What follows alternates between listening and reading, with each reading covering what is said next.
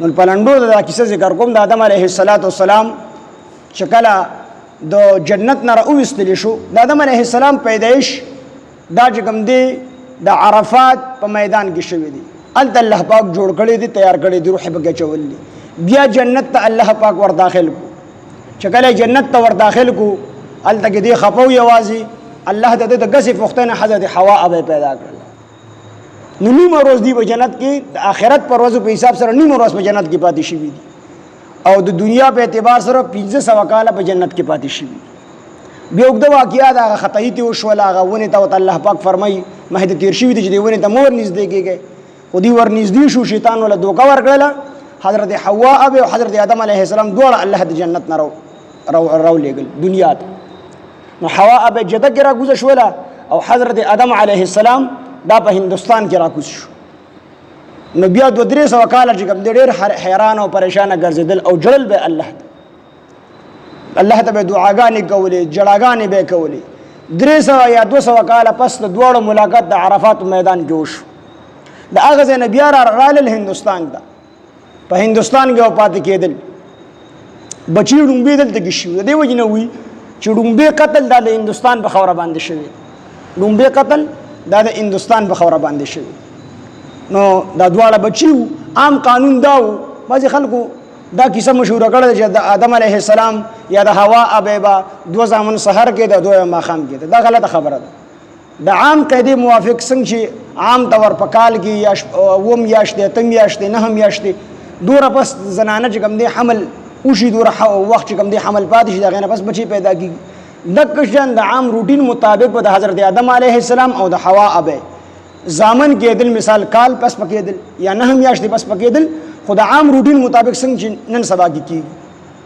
خو فرق دا و چې هغه به دوه جوړه پیدا کېدل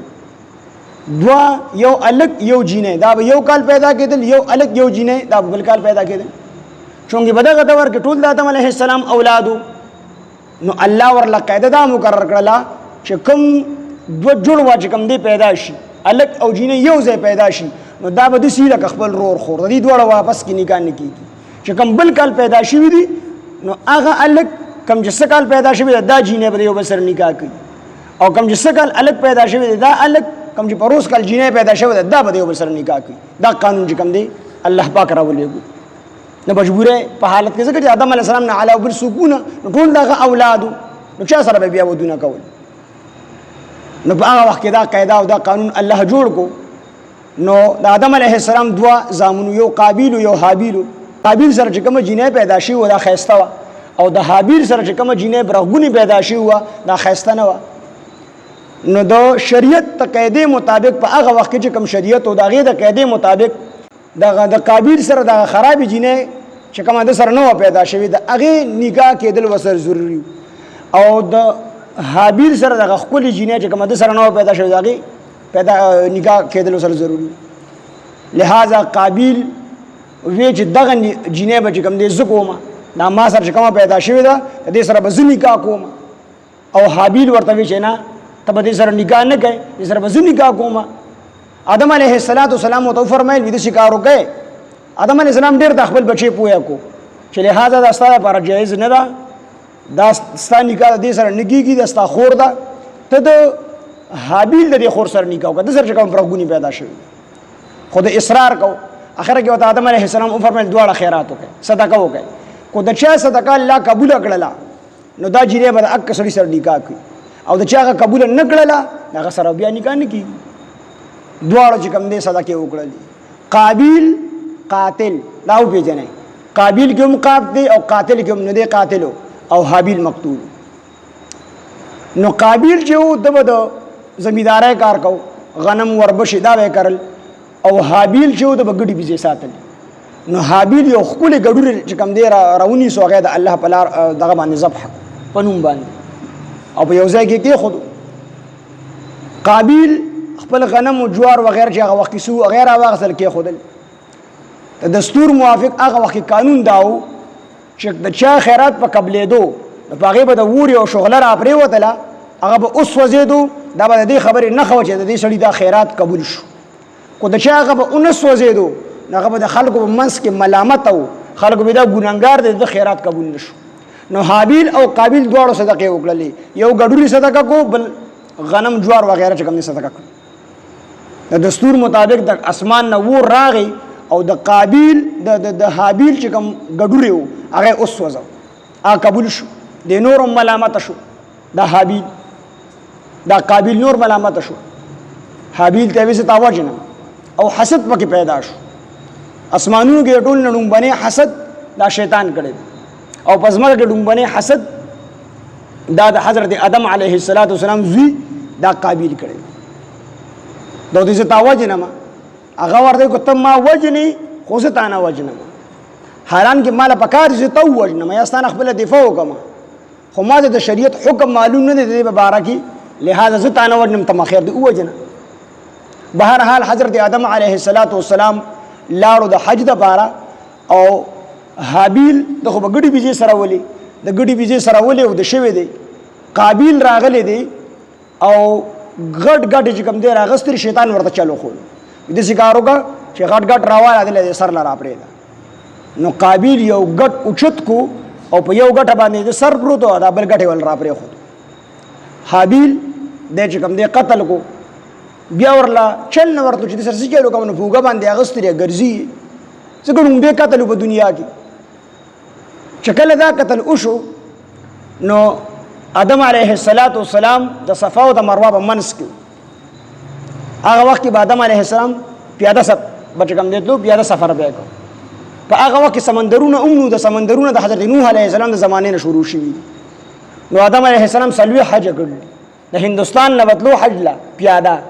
خو آدم علیه السلام د حج کول سو الله ډیر خپل وجود ورګړي 90 گز د دنګوالي لمبئی لسکم سل غزا د لمبئی او وګدوالي او دنګوالي او لسنیم غزا د پلنوالي نه هو چې یو قدم به واسونه به دیرش غزا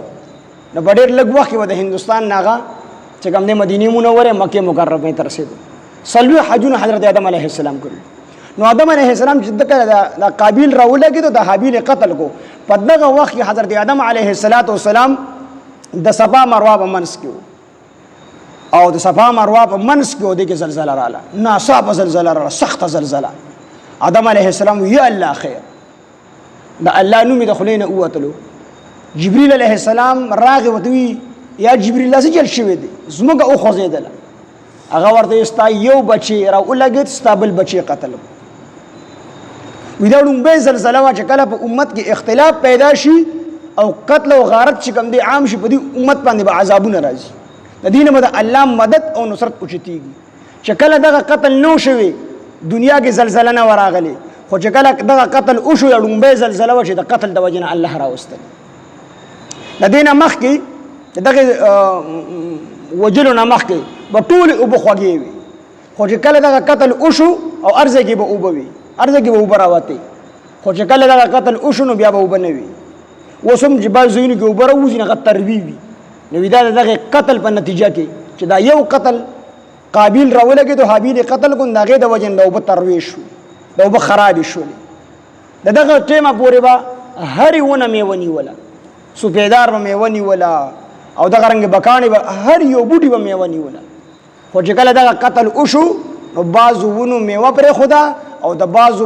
ونو میوه چې کوم دي خراب شو هغه د خوراک قابل پاتې نشول. دغه نه مخکې چې څومره ونې وي او میوه به نیوله نو هغې کې به ازغینو په ټولو ونو کې به ازغي په یو قسمه ونه کې به ازغینو، خو چې کله دغه قتل وشو قابیل راولګېد د حابیل قتل کو د هغې نه وروستو چې کوم دی په ونو کې ازغي ولګېدل. وي دا د یو قتل نحوستو چې دا دومره انقلاب په دنیا کې راوستو. نن په سونو قتلونه کېږي مسلمان وایي زه کامیاب نه شوم، څنګه به ته کامیابېږي؟ نو آدم علیه السلام الته دلته کې قابیل را لګېدلی دی حابیل په اوږه باندې راغستی دی او ګرځېږي، کله یو طرف ته وړي کله خدای څه چلو کوم ورسره اوس دی کې الله جل جلاله دوه کارغان راولېږل. دا یو کارغه مړ شو، دا بل کارغه راغی په پنجو ججوره باندې په دغه باندې په مهوکه باندې ځای وکنست او بیا د عمل کارغه پکې کېښودو او خاوره یې ور واړوله. د آدم علیه السلام زوی قابیل چې ولیدل نو وی کاش افسوس وي زه د کارغه نه هم لاندې شو، زه د په شانتې هم نیم چې دله د مړي د ښخېدو چل ورځي او ماله نه راځي. او راولګېدل مړی مې وکړو.